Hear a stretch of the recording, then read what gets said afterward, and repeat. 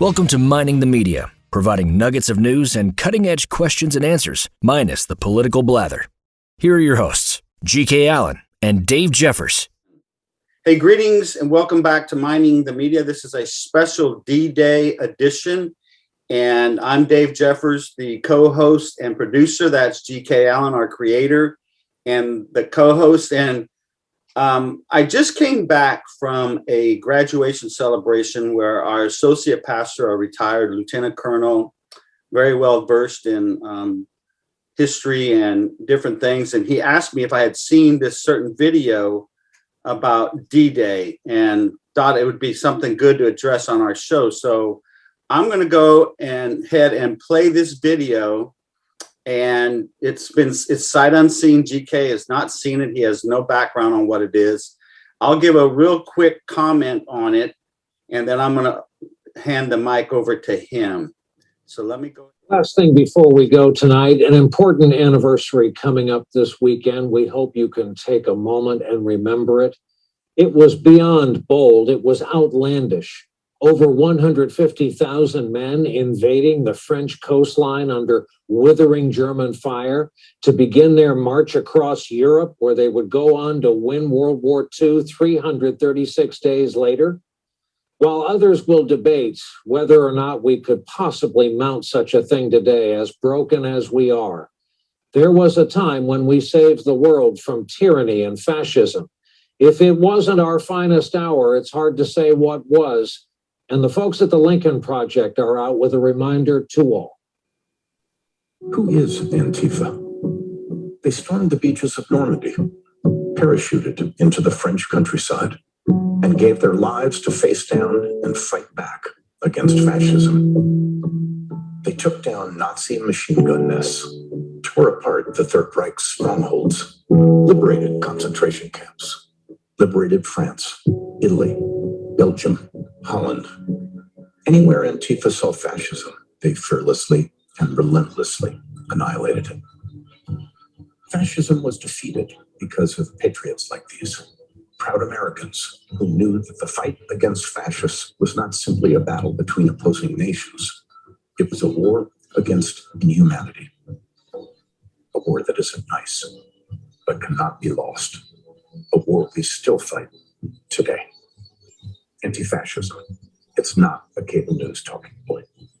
It's an American ideal that should be memorialized because it was paid for in blood.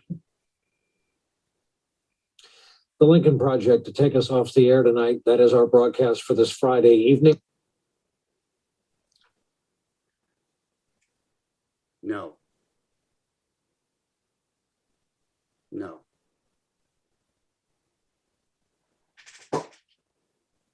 That is your response, Dave? Yes. Simple no. That was one of the most obscene, immoral, deceitful, and idiotic things I've ever seen. That was absolutely shameless and shameful. Williams is noted to be a lunatic, and he's reinforced that. The Antifa crowd would have been the brown shirts. I got to say on it. Shame on them. Shame on them. And shame on the media, because that one day in Washington was horrible for conservatives. But the bad stuff's still going on in Portland, day in and day out, in Seattle, in Minneapolis, so on and so forth. Wrong is wrong. A lot of people were dumb when they stormed the Capitol. But you want to know something? Combine all the damage and all the death and all the destruction in Minneapolis, Seattle, and Portland compared to a few hours in Washington. Let's get some equilibrium. Let's get some honesty. And Brian Williams, go to hell. I knew you would be so eloquent and so outraged, and it's a blatant lie. It's beyond propaganda. It's delusional, but it's a dangerous delusion. That's all. That's the only thing I can say is no. Look, no, you did. My grandfather served in North Africa in the army. My father was a medic in the South Pacific. They were preparing him for the invasion of Japan. My father-in-law was at Tarawa in the Marines. He was a radio man. were people in my family, in my direct family and through marriage, who were very, very brave. I don't remember any of them even uttering the word Antifa in any of their flashbacks to their days in WW. And I'm telling you, what they did on NBC is really frightening, because a lot of people only get their news from an NBC. And that's what makes it so very, very dangerous. We're living in an age where virtually anything can be found out within 30 seconds if you know how to work the internet. And yet far too many Americans are still only relying on the old line media and don't have the intellectual curiosity to look else. And that's something that people are almost afraid to talk about. Too many Americans are intellectually lazy, which corresponds to being morally ambivalent. It's very dangerous. Yeah, thankfully that was on MSNBC, wasn't on the network. They actually, I'll show you another. It's the same folks. Yeah, but I'll show you. Here's what's to juxtapose that. NBC actually did do something on their Sunday morning show, and I'm going to play that one real quick. This morning, commemorations are being held across the country and around the world 77 years after D-Day. In France, locals again honored the 150,000 Allied troops who stormed the beaches of Normandy and dropped into small towns by parachute in a massive invasion that changed the course of history. 2,500 U.S. troops were among the more than 4,000 who died that day, while beginning the liberation of Europe from the Nazis. To that NBC clip, I say yes. Thank you. Brian Williams has shown his true colors on so many occasions. And let's remember that MSNBC, CNBC, and NBC are all part of the same family. That's right. The same way that Cadillac and Chevrolet are all part of GM. Right. It's nice to see that NBC did something basic. Yeah. And MSNBC did something monumentally obscene. They were spitting on the graves of the French resistance. Yeah. They were spitting on the graves of the Lutheran and Catholic leaders in Germany that gave their lives.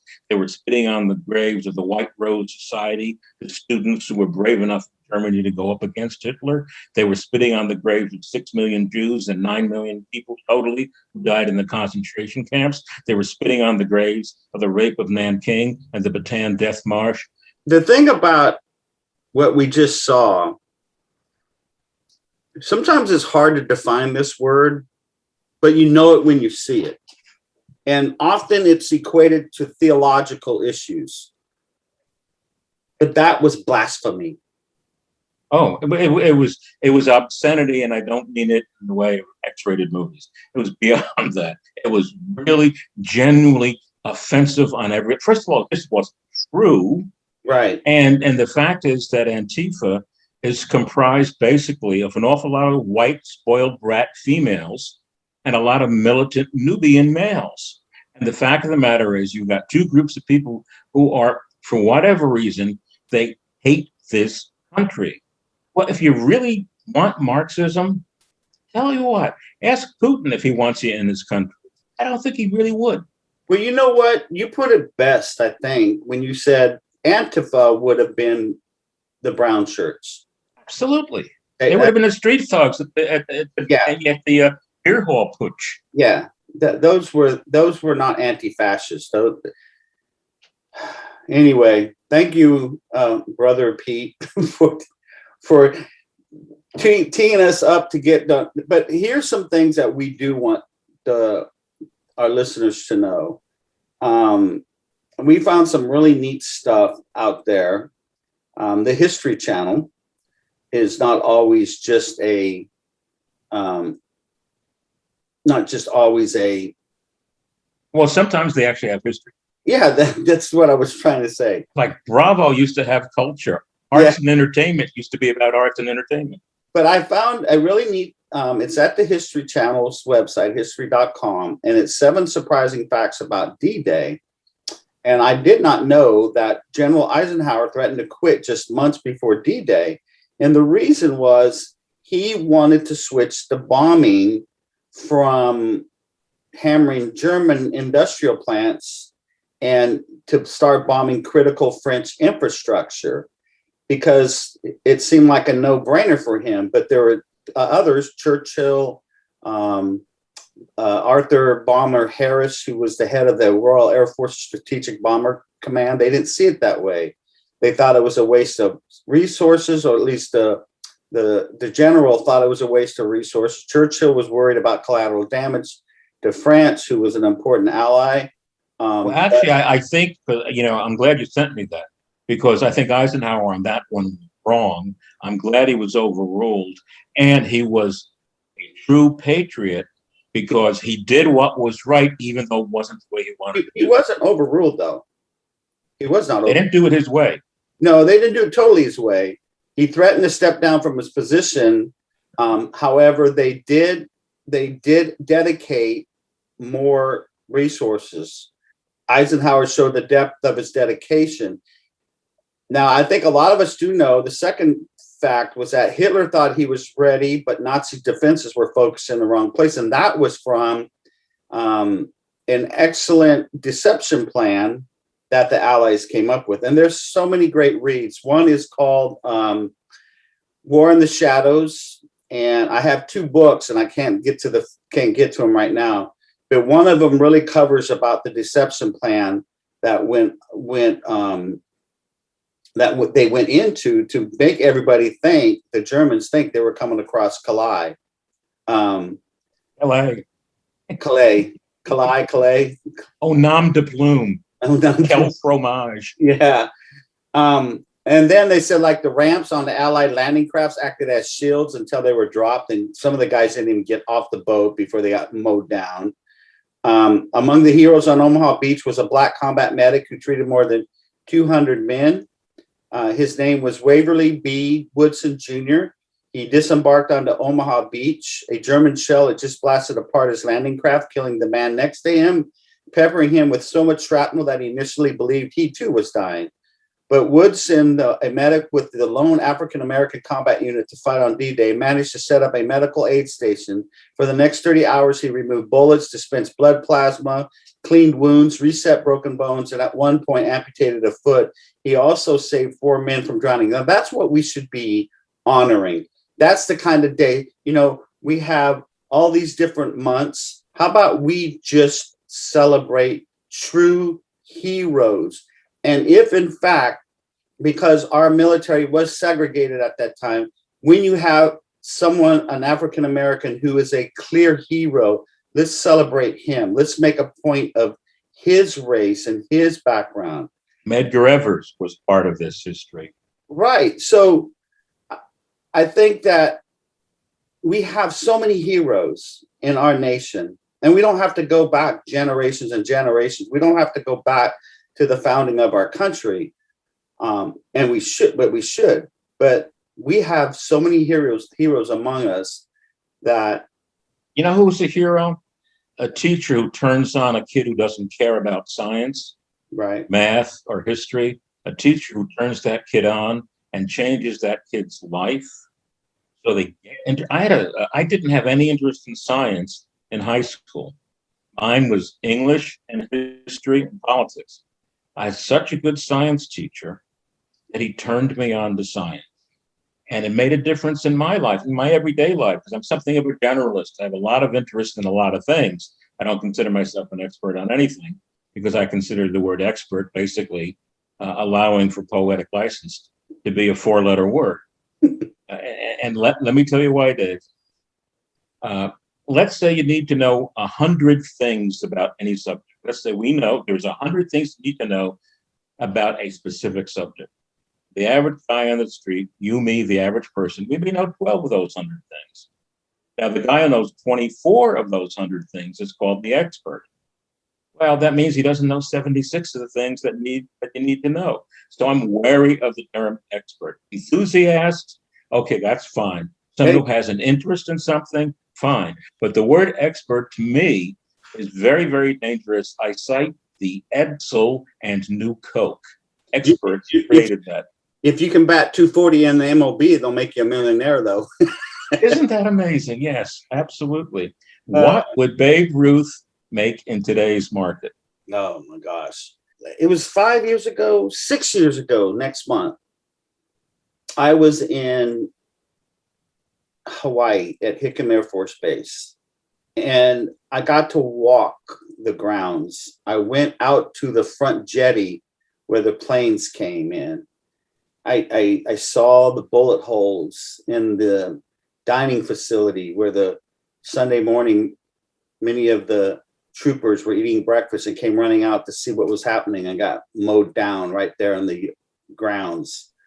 I went to the USS Arizona. I stood on the very top of the USS Missouri, that beautiful, great queen of a battleship. I've never made it to Normandy. I've been to battlefields in Germany. I've been to the bridge at Remagen. I've been up and down the Rhine. I've been to battlefields all over Germany. Where do you get to the point in your life, someone like Brian Williams, how do you get to the point in your life where you would attach yourself to something so, as you said, obscene? To me, it's blasphemous. Well, what you're talking about, Dave, you may remember me telling you this at some point. We've known each other for so long. I was very, very lucky in my youth because my parents took me on many of their business. I got to see a lot of the world. At the age of 10, it was the first time I ever went to Europe. My father did two things deliberately during that month in Europe. We went to the Anzio graveyard, and my father explained to me what that meant. Then we went to the site of the Battle of the Bulge, what that meant. There was a restaurant we were at in, not far from Omaha Beach, 40 miles south of there, a little French country restaurant. It was 1959, 10 years old. Very sweet lady, wonderful, rustic kind of setting, good country cooking. And at the end of the meal, she said to my father, because she asked him if he had served in World War II, and what he did. And I don't remember because I was 10 and it was a long time ago. But either we basically got the meal for free or the desserts and the wine from my parents for free. I don't remember why, because I was 10. But I did have some understanding that she said to my dad and to all of us at the table, "Thank you for saving my country." That's actually what she spoke English fairly well. And my dad spoke a little bit of French. Oh, by the way, I just got to say this to lighten up the mood right now, speaking of my father, who was really quite a character. One of the times when we were in a restaurant in Europe, we're looking at a menu, very fancy restaurant, and there's a candle in the middle of the table. And my father wants to prove that he can translate the French menu for us, right? So he's translating the menu, but the bottom of the menu catches fire, and it takes him about 6 or 7 seconds to realize his menu is on fire. Showing off. I love that memory, and he was such a Showing off, burning it up all at once. Oh man, he was a piece of work. He really, really was one of the brightest people I knew. I told you guys at the beginning of the show that my associate pastor had queued me up about that Antifa, and I asked him if I can. He just texted me. That's why I look distracted. But I have ADHD, so it's perfect for me to do more than one thing at one time. Well, I have BLT, bacon, lettuce, and tomato. I actually like BLTC. BLTC. Throw some cheese on it. Really good. Or when we were in St. Augustine, we had a blat. BLAT. Threw an avocado on it. Anyway, I asked him if I could read this on air. He hasn't answered me yet. So I'm going to just read it on air. And if he doesn't want us to read it on air, then I'll take it out. He just wrote this. He said, movements have to be evaluated by their observable actions. The Democratic People's Republic of China is nothing close to democratic, and calling themselves such doesn't change that.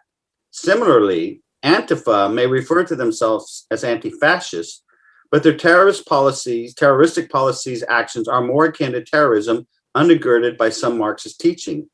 While the Allied forces were fighting Italian fascists, they were also battling Nazism, more a religious movement founded in Germanic pride and Norse-aligned heresy than fascism. And for the liberation of Poland, France, and much of Eastern and Western Europe. To minimize their efforts as merely anti-fascist is simplistic, ignorant of historical realities, and deliberately misleading for the sake of virtue signaling revisionism. I just said, can I read this on air? He hasn't answered me, so I just read it on air. But again, to go back to, I mean, Brian Williams is a fool. He is at best a fool. I mean, to lie about I was there in Bosnia and I had this happen to me and I had all that happen to me, and once upon a time that would have gotten fired. Right. But he had blatantly just made stuff up from a war zone. Yeah, and I've been in both those war zones. I've been to Bosnia. Yeah, you served there. I went to Bosnia twice. I went to Kosovo 2, maybe 3 times, I think. I know for sure 2 times. And to sit there and try to take credit for that, that's just... Look, it's really quite simple. And I might sound a little namby-pamby right now, but bear with me. I believe that most people are pretty good. Notice I said pretty good. I don't consider myself a genius or the moral authority or perfect person or an expert. But the thing is, most people are okay. Most Black people, white people, Hispanic people, Asian people, whatever. Most people are okay. The unfortunate thing is, historically, we see points in time where some nationalities, some religions, some movements get poisoned. Toxins get into their vein and they go crazy. It's hard to believe that the nation that gave us so many intellectuals, the nation that gave us Beethoven, gave us it. It really is difficult to understand that. And when you look at the world of Japan in the late 30s, when they had a racist war, people don't like to hear that, especially the left. The Japanese consider themselves racially superior. The Chinese, the Vietnamese, the Koreans. And the Okinawans. Absolutely. And yet, you look at what Japan is now, one of the most civilized nations in the world and a good ally to humanity in the United States. Things can change.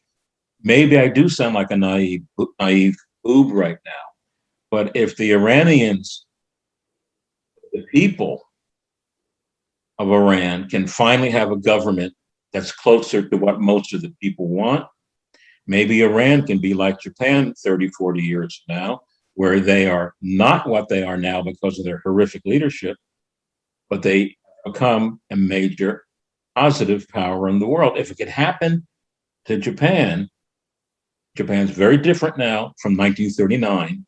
It can happen to Iran. Because I really do believe in a lot of cases, and bear me out on this, Dave, I've said this for a long, long time, and in a lot of nations, the people are better than its leadership.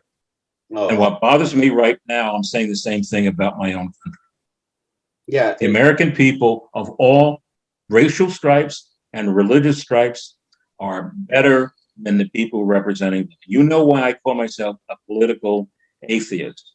Because though I'm primarily conservative with a dash of libertarian, I don't like the Republican Party. I don't like their leadership because they're basically leaderless. And the Democrats are even worse.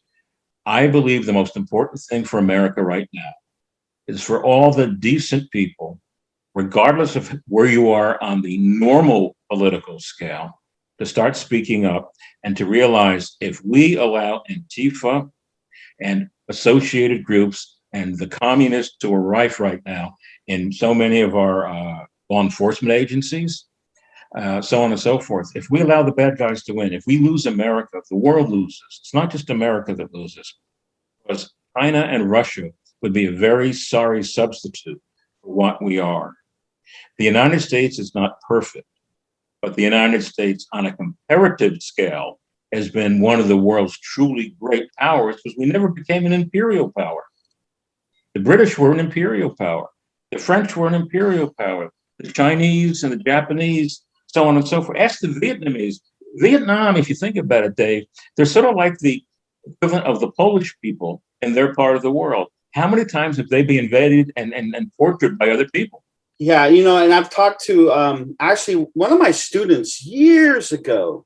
He was different.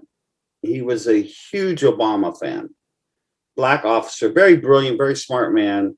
Politically, we were opposite, but he did something very interesting. His father had served in Vietnam, and had a lot of scars from it all, but told a lot of stories about it, and told him about the people, about the country, the countryside, that how beautiful it was and how much hope there was for the people. He actually, the son, this lieutenant colonel on active duty, actually went to Vietnam and went sightseeing, basically, to all the places that he remembered his father telling about. He went to Saigon and a number of places. And he said it totally opened his eyes to basically what you're addressing, that leadership 9 times out of 10 is what ruins a nation. I mean, it's the downfall. And there's nations that have no choice: North Korea, Iran, Japan under the Imperial Japan, China. Oh my! The Chinese people, if they could get rid of the people who control that country, intellectual power there. If they can, I mean, communism isn't good for anybody. Fascism isn't good for anybody. And in this country, the cancel culture is all about destroying the First Amendment. What they're saying is, we know better than you. You are not allowed to think differently from us. The diversity crowd is basically saying, yeah, diversity means if you agree with us, you're fine. If you don't, all of a sudden diversity is out the window. I happen to believe that people have the right to be foolish. People have the right to be geniuses and all points in between. And the fact of the matter is that our First Amendment is so important. And let's remember this, Dave, as we're talking about D-Day and other things fighting for democracy and decency in the world. In the world of 1776, African tribes were killing African tribes. European powers were killing European powers.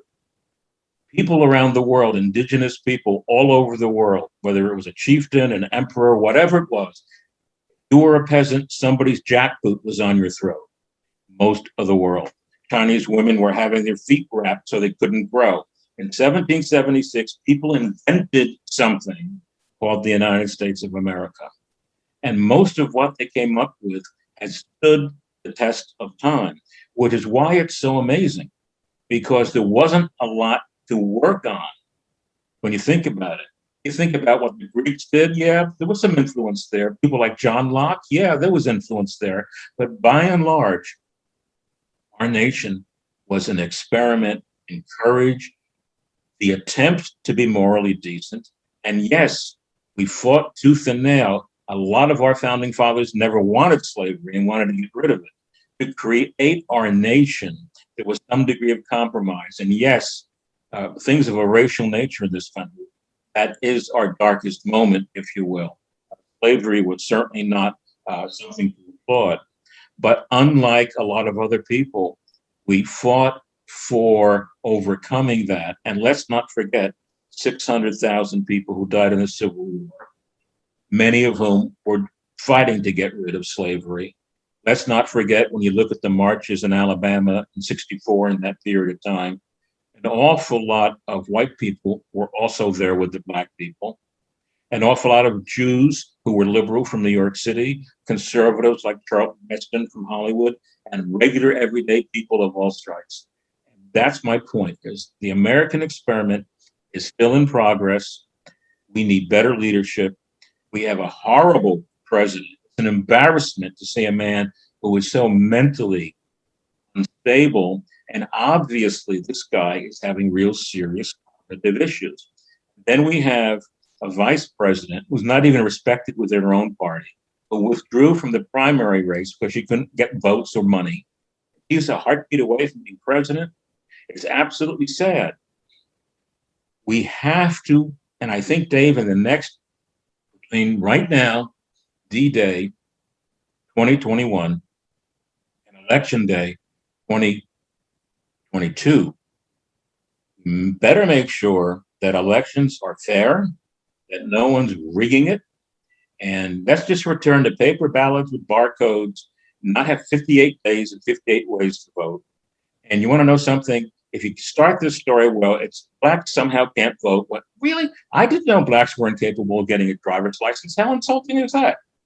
You know, seriously. In all my years as a musician, you know, I knew an awful lot of dumbass musicians and a lot of brilliant musicians. And guess what? They were all stripes racially. You know what I mean? And I'm tired of seeing blacks treated by liberals as, well, you still got to be on the farm, son. You still have to get government cheese, son. And why can't a Jew, a female, or a black person, or a Hispanic person be a conservative? They have the right to be a liberal. They have the right to be conservative. They have the right to not even care. That's called freedom. The missing link right now in our country, and it goes back to the old overused adage, is that we get the government we deserve. The missing link right now in America, and this has been by design, been part of the Cloward Pitkin and the dumbing down of America, is citizenship. What changed, what vaulted America was citizenship. What maintained everything that you saw, of course, our free enterprise, our free market system, all the mechanisms were in place.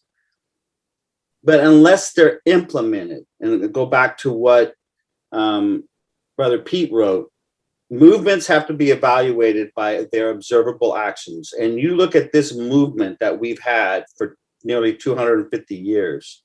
The observable actions were that people were invested in bettering their lives, pursuing happiness, defending liberty and life, and understanding. You know, I once heard a man say that the average 19th century farmer knew more about the Constitution than most elected officials today know. And it's true. But if we don't become better citizens, informed. Bring civics back to the classroom. Yes. I mean, they call it government now. I don't want to learn about government. I want to learn about civics. How do I be a good citizen? I need to know the basics. I mean, like I told you before, we had to take a U.S. Constitution test to graduate the 8th grade in California. Revenue go. Oh, by the way, before I forget, because as you know, Dave, sometimes I have a Swiss cheese brain. It comes with age. In McAllen, Texas, the bluest part of Texas, the mayorship went from many years of Democrat to Republican. And that might be an iceberg up ahead. As citizens, we need to understand that the uniqueness of our country is that we don't have to wait for a tyrannical regime in Iran or North Korea or Imperial Japan to be overthrown to change our government. It's called a ballot. Yeah, a kosher ballot. Yes, and if you're worried about election integrity, then volunteer some time. Help clear the paper ballots barcode. Period. Get involved. Don't wait for legislatures and court cases, which are important. We need that. Look what we're doing, Dave. It's going to be self-congratulatory, but you and I have been friends for a very long time. We met through the local show I used to do up in the Panhandle where I went network. And we're doing this show now. I basically have come out of retirement to do this show. And the reason I'm doing it is because I think you and I have something very wonderful in terms of friendship. We agree on some things. We disagree on a few things. We both have very different backgrounds and yet an awful lot of commonality. And I think that's a very good thing. You've got a military background primarily. I have an entertainment music background primarily. Very different worlds. But in a lot of ways, we see things the same. We have differences in some areas, and I think that's good. I think in a very general sense, bear with me on this, I think in anything in life, if your competition is good and you're good, you both benefit. Because when General Motors builds a good car, Ford's going to build a good car. That's simple. When you want to learn how to play tennis, you don't play someone who's a bum. You play someone who's a good tennis player. That's how you get better. Competition is actually very, very good. It's a healthy thing. And so you're right, competition, it goes back to my point about the basic economic engine in our country are small businesses. They're competing for customers. It's a win-win. If I am a manufacturer, I'm going to build a goods that you're going to want, you're going to buy it. Or if I have the capability to provide a service that you need, you're going to hire me and I'm going to provide you that service. But you're right, it's competition. And it was that competition and the love of liberty that let those young boys storm those beaches. I mean, how many 19-year-olds, I know quite a few, but how many 19-year-olds do you know to storm those beaches like that, to climb those hills, to come down the mountains along the Rhine Valley, cross that bridge? Look, I told you the story, Dave, with my grandfather, who was a charter boat captain, and he owned a piece of a yacht club in North Jersey. And in the wintertime, he'd bring boats, yachts down Florida, and come summer, he'd bring them back to New Jersey and that sort of thing. He could work on diesel engines. He was certified beyond belief. This, that, and the other thing. Do everything. It would have been the perfect PT boat boss, if you will, because he could have done it all. He went to, after Pearl Harbor, within day 2 or 3, when I started enlisting, and he wanted to enlist in the Navy. And the Navy wouldn't take him because he was too old. He was like a year, he gave his honest age. He was like a year too old to what they were taking. A day or two later, he went to the Army and lied about his age. And they took him. Here is this guy who could literally do anything on a PT boat or anything of that size, wound up as a refrigeration expert in North Africa, making sure that the food and the munitions and the medical supplies. Yeah. He could have been out on the PT boat with John Kennedy or something. Well, folks, here's what we want to leave you with, particularly our young listeners. And some of you I know, in fact, I'm thinking of one young lady who gave us a big thumbs up on our show. She's a big podcast listener, and she got a degree in history. So she really appreciates, her dad's retired military. She really appreciates what happened that day at Omaha Beach, and all the Juno and Gold and the other two that I can't remember the names right now. If you really want to show your appreciation, then take some time and learn about it. That blasphemous, obscene video that I showed you at the beginning of this show is not that. That's why when I came back, before I showed it, I told GK, I said, I'm going to just give you a short reply, and then he eloquently editorialized it. And all I had to say then, and all I have to say now to Brian Williams and the Lincoln Project is no. You don't get to do that. No. And you know who needs to know this too?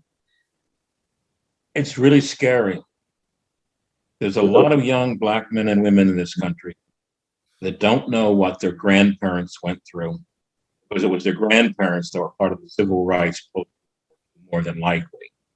Okay, I know I'm talking to generalities to some point, but they should know more about what grandma and grandpa did, because that was a very brave generation. Yeah. Additionally, they should know all of the Christians and Jews, because both religions had a lot to do with the positive side of the civil rights movement.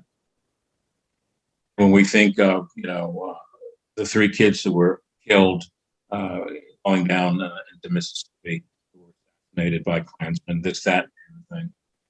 We've had dark moments in this country, no doubt about it. But you really do have to look at history objectively, and you have to realize this, and I'm just going to summarize it this way, Dave, as we record this on D-Day. If you want to know what you need to know about America, nobody's risking their life building a raft in Miami Beach to get into Havana Harbor. That's it. That's it. All right, folks. Do your homework, do your due diligence, become a good citizen, learn. There's plenty of resources. If you don't know where to start, email me. Go to miningthemedia.com and email me and say, hey, I want to learn more. Can you help me? Where would be a good place? I have so many resources that I can lead you to, depending on what your interests are. I'd be more than happy to point you in the right direction. There's a lot of great things out there.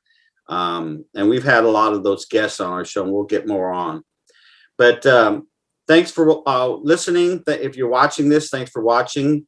As always, please give us a 5-star rating. Give us a comment. If you haven't subscribed already, hit that subscribe button. If you don't know how to subscribe, I made it really easy at our website on miningthemedia.com. There's four subscribe buttons, one for iTunes, one for Stitcher, one for YouTube, and one for Rumble. So some people like to watch, some people like to listen, whatever your choice of entertainment, we have it covered. And by the way, Dave, I've never said this to you before. I want to say it while we're taping it. You put together a very nice user-friendly site, because you know me, I basically hate 99% of what the internet's about. But the fact is, you designed it in a way so a dumbass like me can look at it and figure, oh, this is where I go. And I want to thank you for that. It's a very user-friendly site, miningthemedia.com. That's because I had a good tutor, in one of our past guests, Brian Ward, taught me how to do this, and I like it. I like it simple too, because I need it that way myself. But Dave knows that if I put batteries in a flashlight correctly or tie my shoes, it's something special. Yeah. But anyway, folks, again, remember, frangelism, friends, relatives, associates, neighbors, let them know about us. The more you let us know, the higher our rankings, and the more people will reach. And that's our goal, is to reach more people. So thanks for tuning in. And until next time, God bless you all. We're out.